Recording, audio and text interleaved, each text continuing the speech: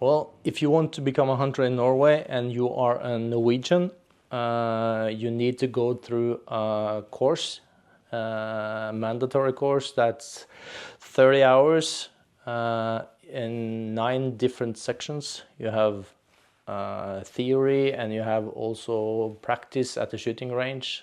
You also have a day out when you do a lot of how to handle your rifle when you're in and out of the car, how to handle the rifle when you meet some obstructions in the woods or whatever. Basically, the main issue is to teach gun safety. And when you have done the course, the 30 hours, you will have to do an exam. The exam will be a multi-choice answering online, but you need to do the online at a certain place. The government sets up an exam for you, or not just for you, but for probably the whole class. You will get 50 questions. You need to have at least 40 right. And if you pass, you will be entered into an official hunting system in Norway, which allows you to, well, hunt, but also will probably allow you to be able to buy a shotgun or a rifle. That's that part of becoming a hunter in Norway. You're either a hunter or you're not. Right. You can do other courses afterwards, you know, like rifle shooting courses, shotgun courses, even courses for, you know, dog courses for hunting and stuff, but you don't have to. The thing you have to, if you want to hunt with a rifle, especially on big game and stuff like that, you need to do a shooting test every year. First, you have to do 30 practice rounds, and you have to separate them on at least 2 days, 2 different days. And then you have to do 5 practice, not practice rounds, but you need to use the hunting ammunition and shoot 5 rounds within, I guess the circle is 30 centimeters on the target at 100 meters. Yeah, I think it's 30. Quite big. Yeah. Yeah. But it's the heart and lung region of reindeer. Right. And if you fail, you have to try again. Well, you can try again the same day, but a couple of times. But you won't be able to hunt with that rifle unless you pass the test. And if you have several rifles that you want to hunt with, you have to do the same test with everyone. But you don't have to use up a lot of practice rounds for each rifle. I mean, you can do all your practice shots with one rifle and then do the tests with everyone. So the 30 hours that goes into the course, yeah, there's paper reading material and online study to do. Yeah. How long can it take from starting and receiving that, you know, through to completing? Obviously everyone's different, but what would be an average sort of time? Well, there is, I believe, 3 different setups that you can do. You can do 2 weekends. You can do 9 separate evenings. Right. And I think you can do, if I'm not mistaken, 5 whole days. Right, so you can do it. Yeah. Like an intensive course. Yeah. Right. The normal courses we used to do was that you started on Monday, Monday evening, for instance, and you did Monday, Thursday, Wednesday, and Monday till Thursday, I guess we did, and you had Friday off. You did Saturday at the shooting range, Sunday as an outdoor day with safety. Then you had Monday to Wednesday the next week, And you can do 1 or 2 of those sessions as a home study, but then you have to do a test and give the test to the instructor so he can see that you have actually done it. So in theory, you could, if everything lines up correctly and the exam lines up, you could actually start on a Monday, and if you're lucky, at the end of the next week, you can have your exam. So in theory, it could take a couple of weeks to get the exam. Right. Normally it takes a month, I think. Yeah. Yeah, okay. Like the UK, as we were talking, do the police get involved at this point? No, the police are not involved. The police are only involved with you applying for a license to buy weapons. Right. That's the only place they are involved. They can also come to your house and see that you're actually having all of your rifles in a gun cabinet that's approved to have guns in them, and that you are keeping all your guns and stuff as you're supposed to. And they might do that? Yeah. Normally they don't, but they can give you, I think they have to give you notice almost a week before they come. But if they have reason to check on you, they can come and check on you, even if they don't tell you up front. But then again, they have to suspect that you have done something that you shouldn't have done. Because we technically have a separate course for like the hygiene, the game hygiene and things like that. Yeah. Is that covered? Yeah. Within the course? Yeah. One of the classes is actually how to take care of the game after you shoot it, how you skin it, temperature-wise, everything. And presumably there'll be things like checking for disease. Yeah. And an inspection and things like that. Yeah. We could be asked to send samples to the government to check if there is disease or something, especially if there has been disease on a certain kind of game during the winter or during the summer before. We can be asked to deliver stuff like a piece of the brain or whatever. We have paper licenses. Yeah. Yours is slightly different. Yeah, well, we do have them in paper as well, but nowadays we have an app that is, we have the guns that we are using for hunting registered on the app. We also register when we did the test and all of the practice rounds. It says that you have paid for your license and that you have paid for hunting everything. You could actually pay for just hunting with a shotgun. But if you pay for everything, that includes hunting with a rifle. At least the license covers everything. So it's very easy for anyone. I mean, the police can check you. We have what's almost like a game warden that can also check that you have your papers in order. But I think it's a good thing that you can have it on the phone, but because a lot of the paper is, I mean, the phone, you always have the phone with you. So yeah, I think it's good compared to compared to the UK and Scotland and everywhere else. On that island, you need to have a license to buy a silencer.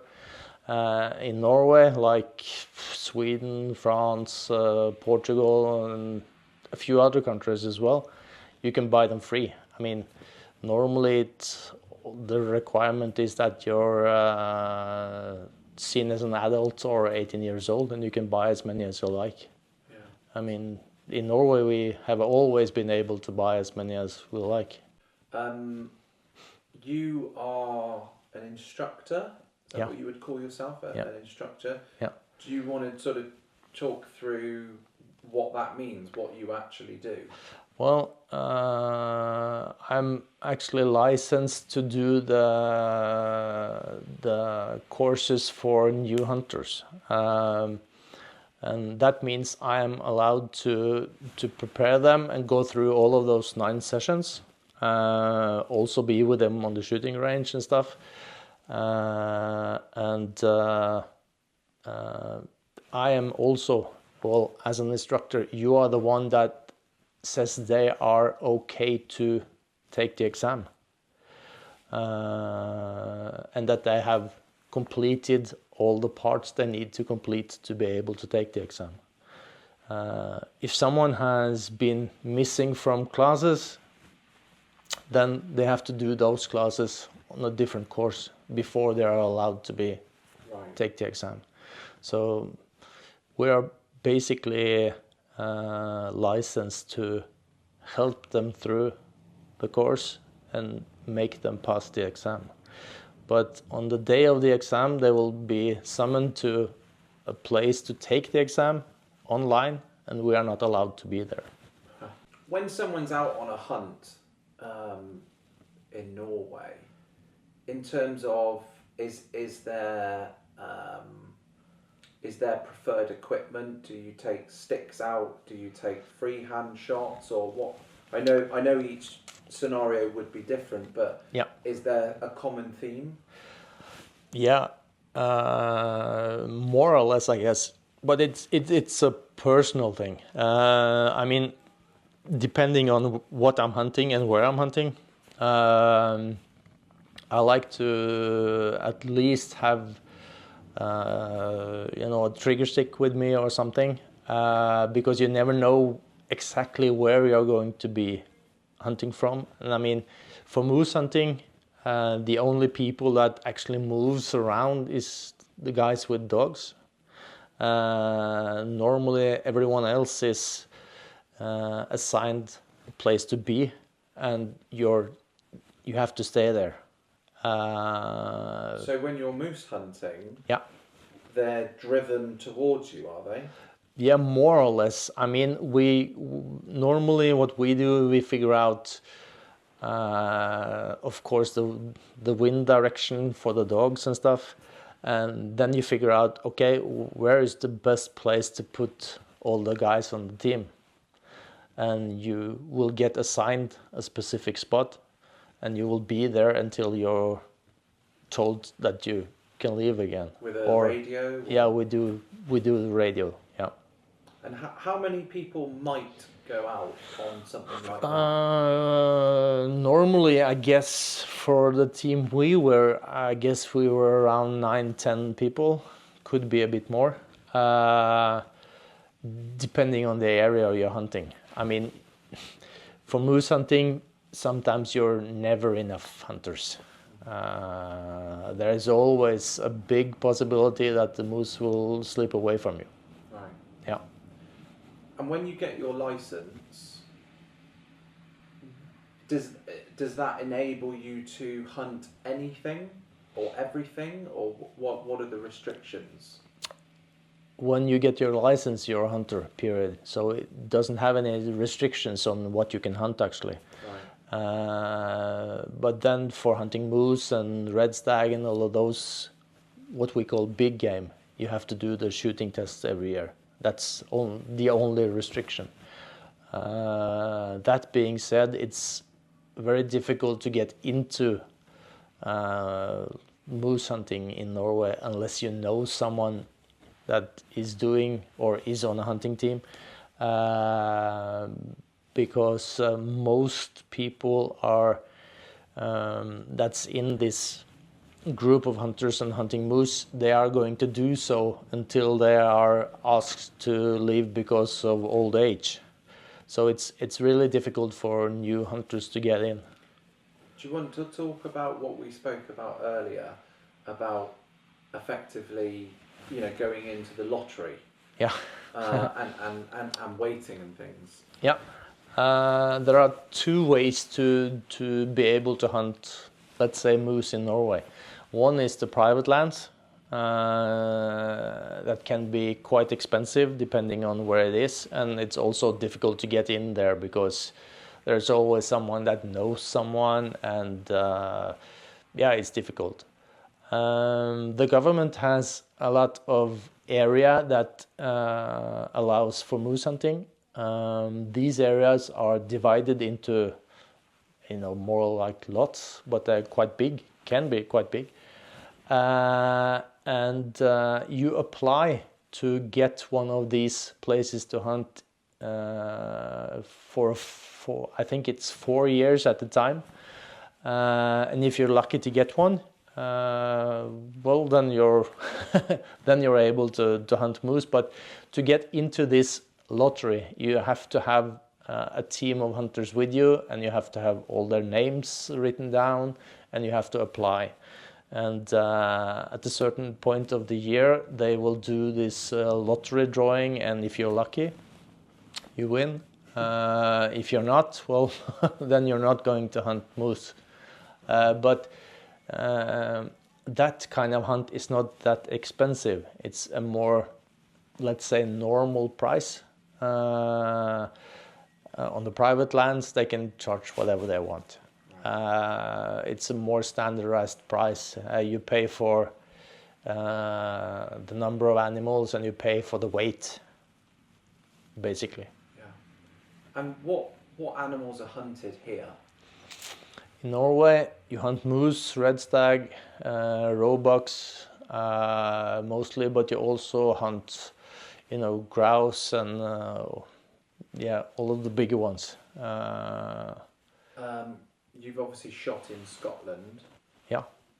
Have you shot the reds further south, towards sort of Dorset and things? No. Do you know? So, how do the reds here in Norway compare to Scotland? Perhaps size or behaviours? I'm not that experienced with them in Scotland. I know that the one I shot in Scotland was quite a light stag. The stomach was completely empty. It was just, I guess, fighting off every other stag around him and keeping his females around him. And in general, I think that the ones we have in Norway, they might be a bit heavier.